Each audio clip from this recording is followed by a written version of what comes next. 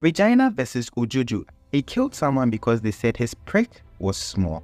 Before I judge, I'll explain this to you, but I call this the little carrot keys, the 2 inches keys, or the machete keys. There were no eyewitnesses, but he admitted to the killing of the deceased.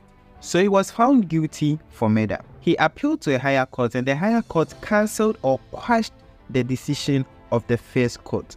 This is what happened in the case. Welcome to One Day One Law case for the next 30 days.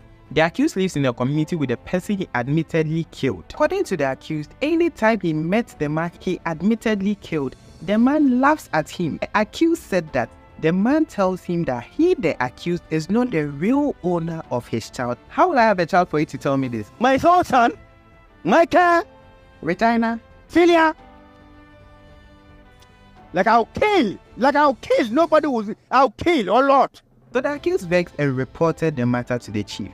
Now the chief was like, it's nothing, it's not him, let's forget it, let's move on. What really pissed him off was the man he admittedly killed went on to say that his prick was small. His prick was very small. His prick was very small. Fast forward, one fateful morning, they both went to their cassava farms. A man who has been laughing at the accused came to the accused farm. Now, one thing led to another, and the man that came to the accused farm raised a cutlass on the accused. The accused got pissed by the attack, threw the cutlass off the other man's hand and sliced him. He sliced him to death. The matter was sent to court. Now in the first court, they have the judge and jury setup. This is how the judge and jury setup looks like. Something like this. The judge sits here, then the jury sits somewhere here.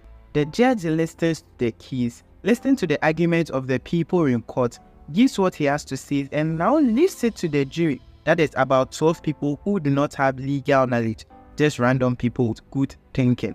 For them to decide who really wins the case after listening to all the arguments and that's what the judge has to put forward. So now instead of the judge allowing them to pass the judgment based on their free will, he rather indirectly directed the jury by saying that everything the accused has said in court amounts to confession of murder.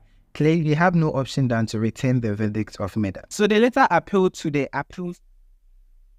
Clearly, ECG says high. So they appealed. They sent the matter to a higher court. The higher court said that the statement does not amount to confession, but rather raises defenses such as provocation and self-defense. That is, the man was provoked to anger, and also his actions could amount to self-defense. So now the court said that the judge's failure to consider these defenses and his act of directing the jury without leaving them to act freely was an error in law and was a miscarriage of justice. In short, the appeal was allowed and the old decision was quashed. They cancelled the decision of the first court, so he wasn't guilty of murder. Not because he was right, but the previous court did not act according to the law. Now, these are the things you need to learn from the case. The fact that you did it does not mean you are guilty. And the fact that a court has given a decision does not mean it is final or does not mean that is the end. You can still appeal to a higher court.